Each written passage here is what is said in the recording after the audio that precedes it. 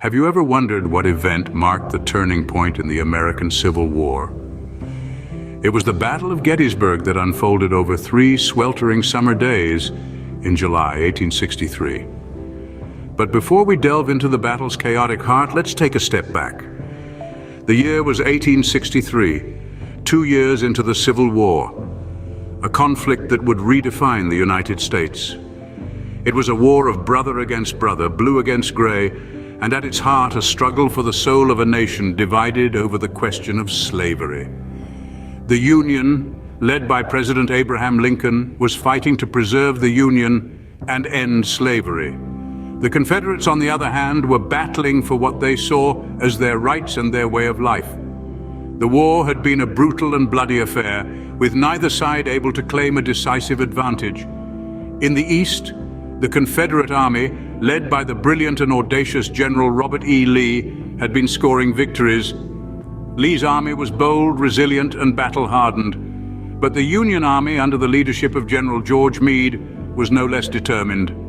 As the summer of 1863 approached, the war was at a tipping point. Both sides knew that a decisive victory could turn the tide of the war. And this is where our story takes us to the small town of Gettysburg, Pennsylvania.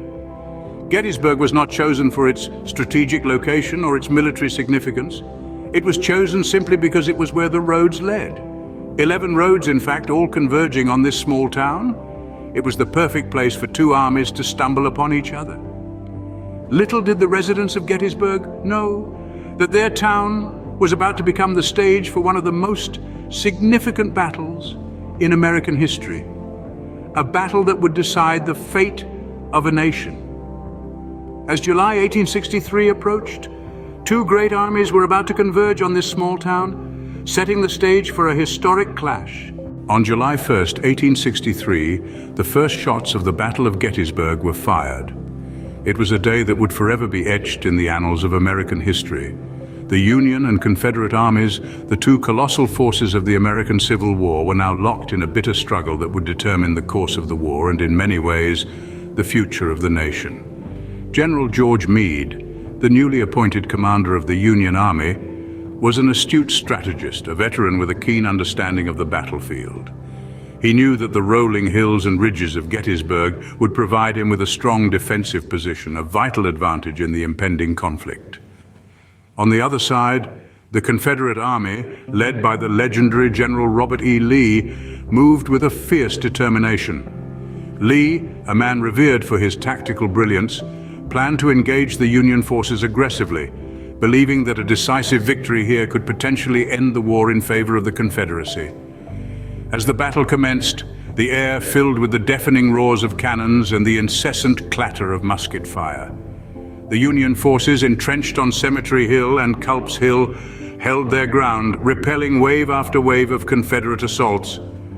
Meade's defensive strategy was holding up, but the Confederate forces, undeterred, pressed on relentlessly. Meanwhile, Lee, ever the tactician, sought to exploit any weakness in the Union lines. He ordered a series of flanking maneuvers, aiming to dislodge the Union forces from their defensive positions.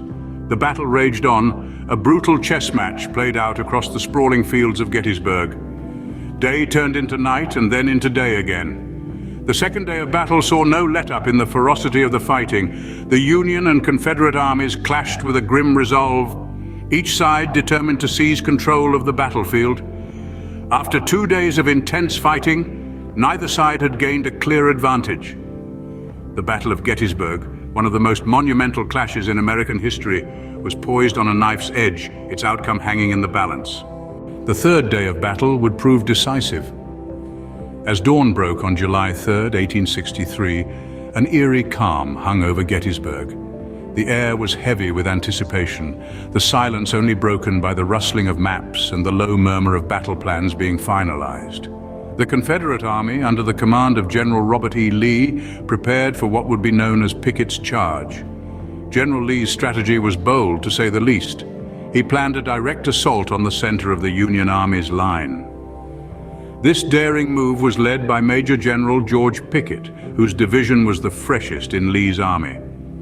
Pickett's men, full of courage and resolve, stepped forward from Seminary Ridge, their eyes fixed on Cemetery Ridge a mile away. The charge commenced under a scorching midday sun. Approximately 12,500 men marched in neat rows across the open field, directly into the teeth of the Union artillery. The courage and determination of these men were undeniable. However, their bravery was met with a hailstorm of bullets and cannon fire. The Union line held firm under the onslaught, decimating the Confederate ranks. Despite the fierce resistance, a small group of Confederates managed to pierce the Union line at a place called the Angle. But this glimmer of hope was fleeting. Reinforcements quickly arrived, and the breach was sealed. The remaining Confederates were either captured or driven back. Pickett's charge had failed, resulting in over 50% casualties for the Confederate forces. With this, the Battle of Gettysburg ended in a Union victory, marking a turning point in the Civil War. The aftermath of the battle was a scene of devastation and loss. It was a landscape marked by the grim reality of war, where silence reigned over the once bustling town of Gettysburg. The battle had taken its toll, leaving in its wake a grim tableau of the human cost of conflict. The casualties were staggering. Over 50,000 soldiers, Union and Confederate alike, were either killed, wounded, or missing. The town of Gettysburg, once a peaceful and thriving community, was transformed into a vast field hospital. Homes, churches, and schools were converted into makeshift infirmaries to tend to the wounded, the town's population forever branded by the scars of war. But the impact of the battle extended beyond the immediate carnage. For the Confederate forces, the defeat marked a turning point. Their invincibility, once perceived as unshakable, was now in question. The loss at Gettysburg, combined with the defeat at Vicksburg, weakened their stronghold and morale, altering the trajectory of the war. For the Union, the victory was a beacon of hope. It signaled the beginning of a shift in the war, a shift that could potentially lead to their ultimate victory. It was a costly win, yes, but a win nonetheless. And in war, victories, no matter how Pyrrhic, fuel the spirit and the will to continue the fight. While the Battle of Gettysburg raged for 3 days, its ramifications echoed for years, shaping the course of the Civil War and the future of the United States. It was a testament to the resilience of the human spirit, a testament to the brutality of war, and a testament to the enduring hope for a united nation. The Battle of Gettysburg, one of the bloodiest in the Civil War, had far-reaching consequences. It was a painful reminder of the cost of division and the price of unity. And even as the echoes of the cannons faded, the lessons of Gettysburg continued to resonate, a sobering reminder of our shared history. A few months later, President Abraham Lincoln would stand on this battlefield to deliver one of the most famous speeches in American history. In the midst of the American Civil War on November 19, 1863, President Abraham Lincoln arrived at the Soldiers' National Cemetery in Gettysburg. Here he was to give a few appropriate remarks during the dedication ceremony. Little did anyone know those few appropriate remarks would become a beacon of hope and unity for a nation torn apart by war. The Gettysburg Address, as it came to be known, was a succinct and poignant speech.